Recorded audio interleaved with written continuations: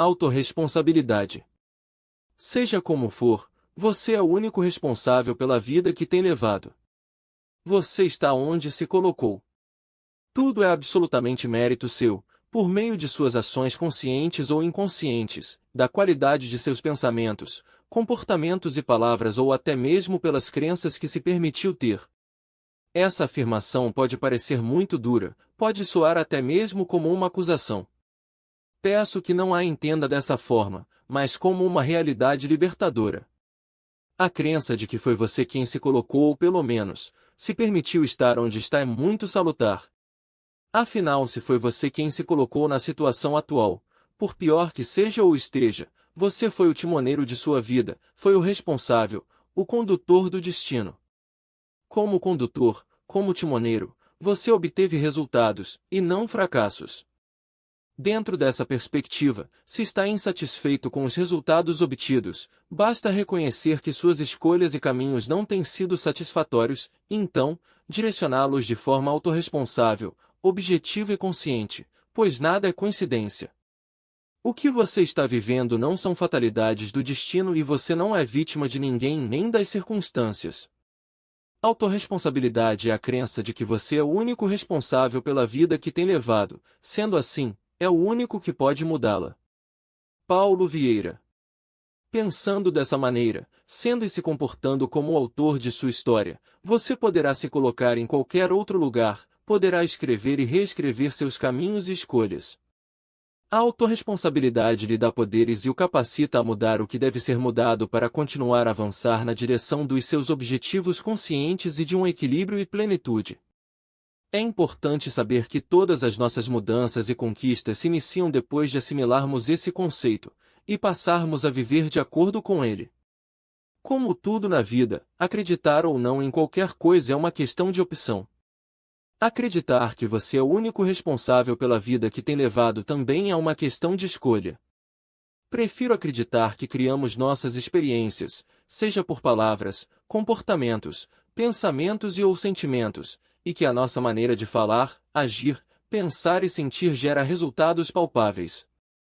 Pessoas de sucesso sabem utilizar sua estrutura mental para colher resultados, e quando os resultados são ruins, aprendem com eles, com responsabilidade, optando por uma estrutura mental correta, passam a falar, pensar e se comportar de forma diferente. Pessoas de grandes conquistas, após uma derrota, não culpam as circunstâncias, outras pessoas ou o destino, elas assumem a responsabilidade pelos resultados e se perguntam: o que eu devo fazer diferente para que da próxima vez, os resultados sejam melhores? Se você não acredita que tem livre arbítrio para criar e escrever sua história, presente e futura, se não acredita que está criando seu mundo a cada pensamento e a cada decisão tomada, se ainda acha que seus sucessos e fracassos não dependem de você, demonstra que sua vida está à mercê das circunstâncias, dos outros e do mundo. Se acredita que a sua trajetória é uma sucessão de acasos, resta a pergunta: quem está direcionando a sua vida? Quem é o responsável pelos frutos que você tem colhido? Alguém está no controle. Se esse alguém é Deus, lembre-se de que desde o Éden, ele tem dado livre-arbítrio ao ser humano, e este não tem feito bom uso desse recurso. Você é o tipo de pessoa que deixa que as circunstâncias e os fatos vão acontecendo e vive não como protagonista, mas como coadjuvante da própria história, como uma marionete esperando ser convidada a rir ou a chorar. Os compositores Bernardo Vilhena e Lobão criaram uma música que dizia mais ou menos assim: vida louca vida, vida breve, já que eu não posso te levar, quero que você me leve. A pergunta é: para onde sua vida tem o levado por todos esses anos? Para uma vida louca, como na canção, ou para a felicidade? Ser autorresponsável é ter a certeza absoluta de que você é o único responsável pela vida que tem levado, logo, é o único que pode mudá-la. Pensar desta maneira é uma das melhores formas de avaliar e desenvolver seu nível de maturidade emocional e, em consequência, aumentar, de modo exponencial, sua capacidade de realização. É a certeza de possuir uma crença que valide todas as outras crenças fortalecedoras que você possui, é a garantia de ser uma pessoa não apenas de ideias, mas de ação, alguém realizador, capaz de construir uma vida feliz e plena. Uma história de autorresponsabilidade. Durante o apartheid na África do Sul, Nelson Mandela passou cerca de 26 anos na prisão, dos quais muitos foram na solitária. Ao invés de lamentar-se e sentir-se uma vítima indefesa, ele se colocou como autor de sua própria história e da história de seu país. Ele responsabilizava a minoria branca pelo fato de estar preso, entretanto, se considerava o único responsável pelos seus sentimentos, pensamentos e atitudes na prisão e sobre o que faria quando saísse de lá. Ele via seus amigos de prisão sucumbirem, enquanto isso, preparava-se para ser o primeiro presidente negro da África do Sul. Estudou administração pública, direito internacional, direito penal e muitas outras matérias importantes para o seu futuro, ainda encarcerado. Quando seus colegas e até mesmo os guardas o viam com tanto bom humor e felicidade, lhe diziam: Mandela, acorda, você está na prisão, daqui você só sai para o seu funeral. Outros, querendo entender tanta determinação e felicidade, questionavam: como você faz para estar sempre tão bem? E ele respondia: meu corpo eles podem ter prendido, mas a minha mente, pensamentos e sentimentos, sou eu que controlo. Ele continuava: posso responsabilizá-los pelas suas atitudes, porém eu sou o único responsável pelos meus sentimentos. Que tal trazer esse poderoso conceito presente na trajetória das pessoas de grandes realizações para a sua vida? Quando os acontecimentos não geram os resultados que esperamos, quando nossa vida não está como gostaríamos, temos duas possibilidades. A primeira é assumir a responsabilidade pelos resultados e aprender com eles. A outra é achar um culpado, encontrar alguém para criticar e responsabilizar. Tenho treinado, orientado e feito coaching com centenas de executivos bem-sucedidos e percebo cada vez mais a diferença entre os prósperos e os que ainda não enxergaram todas as suas potencialidades. Os limitados normalmente pensam muito, refletem sobre tudo e sobre o que pode não dar certo. Dessa maneira, tornam-se peritos em justificar suas falhas e explicar o porquê de as coisas não acontecerem como eles haviam calculado. São pessoas de grandes ideias, porém, de pouca realização. Esse tipo de profissional costuma ajudar seus colegas, dá sugestões, mostra onde eles estão errando e o que precisam fazer para terem êxito. Por mais que esteja certo e suas ideias sejam boas, com análises coerentes, são apenas ideias e só se aplicam aos outros. Quando fala de si só resta justificativa pelo fato de seus planos não darem certo. Uma grande ideia oriunda de profunda reflexão sem uma ação para colocá-la em prática é o mesmo que frustração. Já as pessoas de sucesso geram boas ideias, talvez não sejam as melhores ideias, talvez nem sejam suas, porém são capazes de colocá-las em prática, de fazê-las acontecer. Se não obtiverem os resultados esperados, não reclamam, muito menos se justificam. Pessoas de sucesso assumem que estão onde se puseram e com humildade e sabedoria, buscam aprender com seus erros, para que da próxima vez possam obter resultados melhores.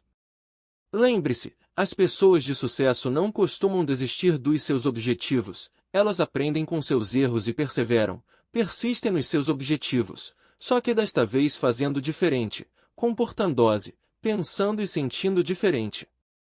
O nosso cérebro se divide em dois hemisférios. O hemisfério esquerdo é o lado do cérebro responsável pela lógica, a memória, a sistematização e a reflexão.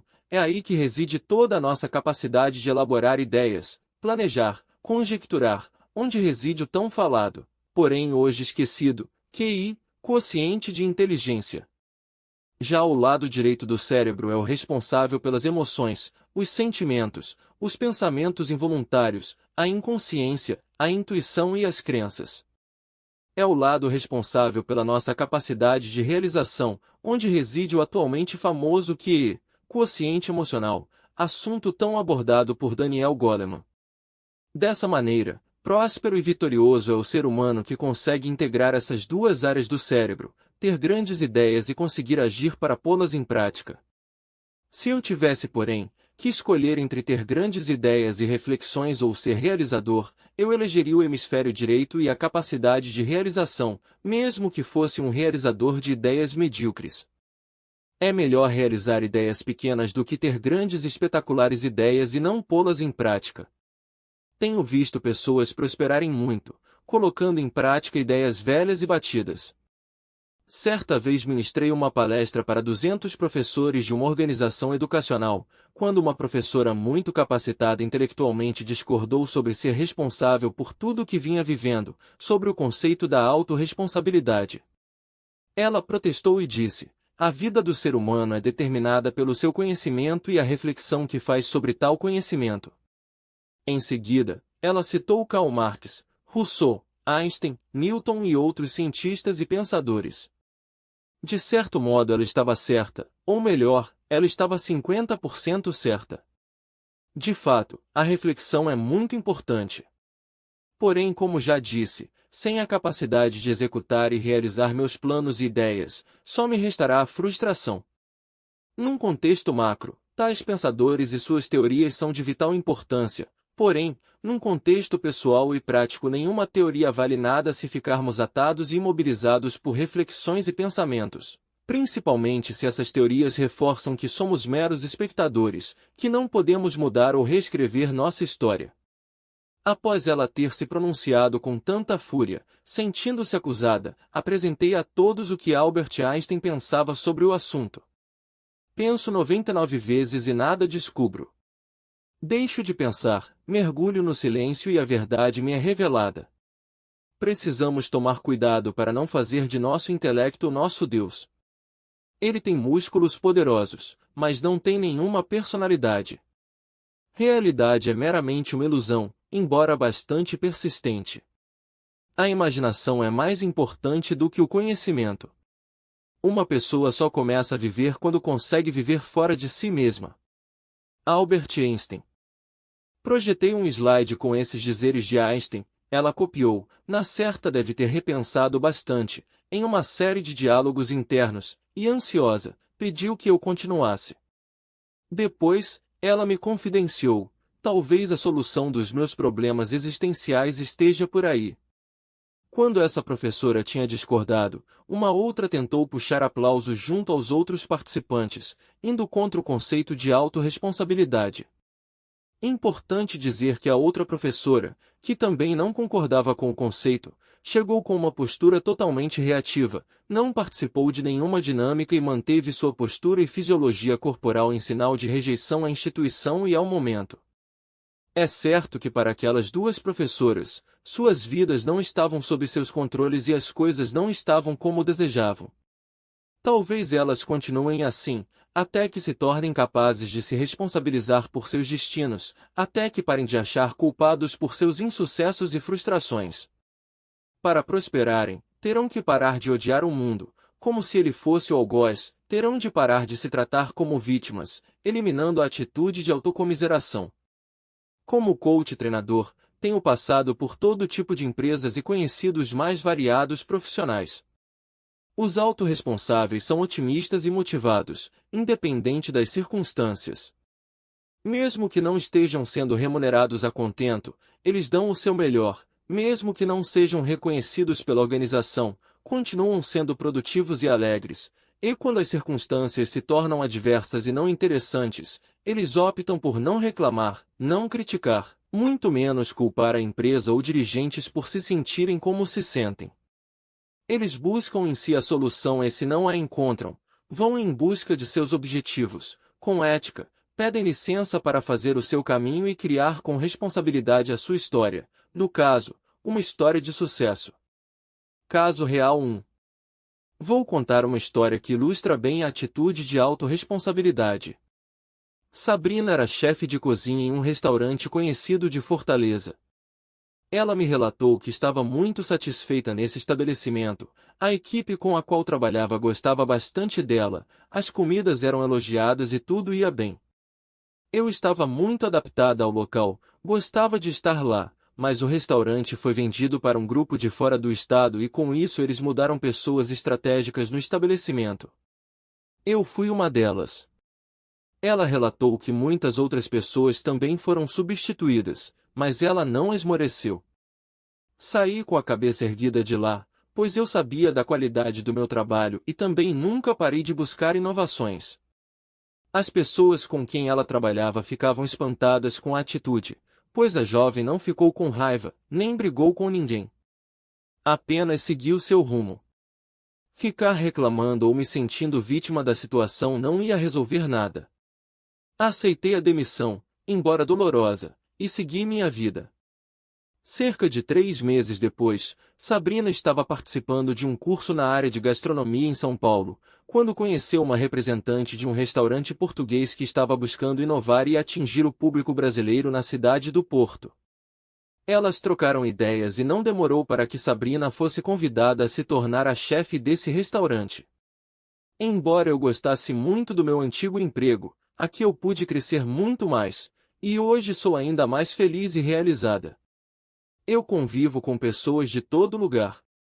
Posso visitar locais com tradições gastronômicas maravilhosas, como França, Itália, etc.